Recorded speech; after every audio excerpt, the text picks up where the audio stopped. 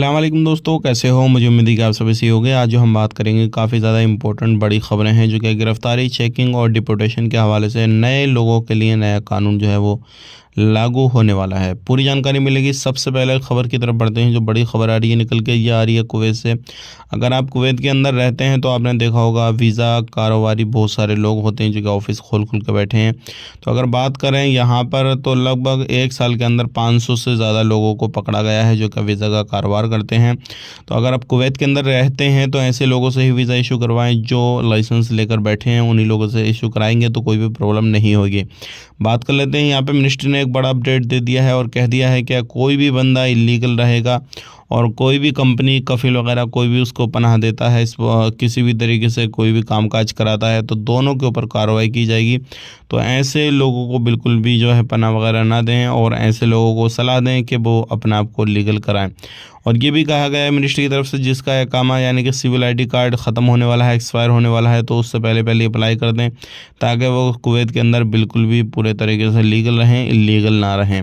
बात कर लेते हैं यहाँ पे अगली खबर की तरफ। जो अगली खबर आ रही है निकल के, ये काफ़ी ज़्यादा इंपॉर्टेंट है। अगर आप लोग कुवैत के अंदर रहते हैं तो 1 साल के अंदर लगभग सैकड़ों में जो लोग हैं वो डिपोर्ट किए गए हैं जो कि गैर कानूनी तरीके से कुवैत के अंदर रहते थे। और बहुत सारे लोग ऐसे हैं जो कि अभी भी बाकी हैं।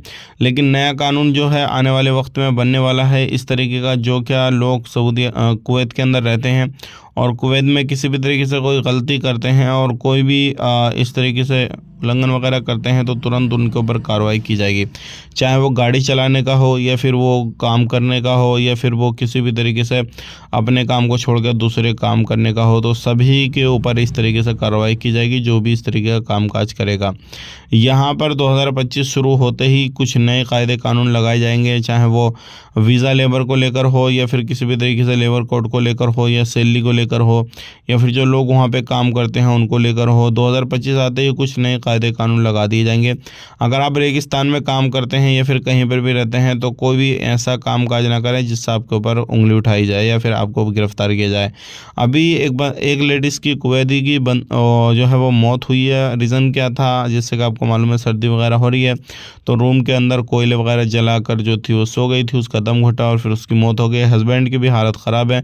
तो ये गलती बिल्कुल आप ना करें। अगर सर्दी वगैरह हो रही है तो कोयले वगैरह या फिर आग वगैरह रूम के अंदर न जलाएं, इससे आपको परेशानी हो सकती है और इससे आपकी जान भी जा सकती है। इस चीज़ का ख़ास करके ध्यान दें। तो अगर आप कहीं पर भी रहते हैं तो जब तक आप जाग रहे हैं, सोए नहीं हैं, तो खिड़की दरवाज़ा खुला रखें। उस टाइम तक आप जो है कोयला वगैरह आग वगैरह जला रहे हैं तो कोई मसला नहीं है, लेकिन बाद में जब सोने को हैं तो उसको बंद ज़रूर कर दें। आज के लिए इतना ही। चैनल पे पहली बार आए हैं तो सब्सक्राइब कर लें। मिलेंगे इस नेक्स्ट वीडियो में। आप अपना ख्याल रखें, अपनी फैमिली वालों का ख्याल रखें। Take care, bye bye.